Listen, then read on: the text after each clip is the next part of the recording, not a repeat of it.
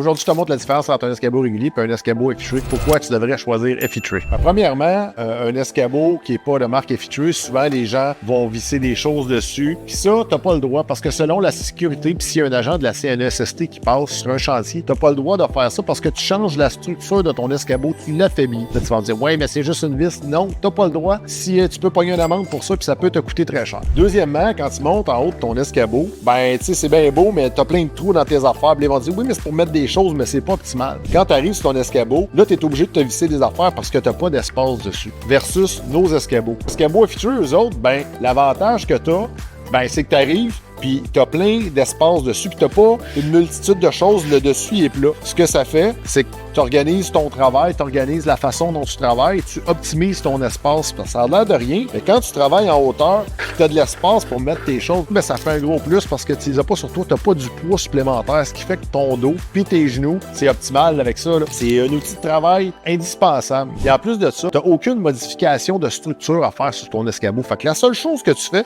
c'est que tu prends ton effitué, tu le mets là, t'es optimal, puis tu viens pas d'affaiblir ta structure. Fait que la CNESST ne peut pas t'écœurer. Fait que découvre l'escabeau effitué chez un de nos partenaires. Fais-en la demande. Sinon, va sur www.effitué.com.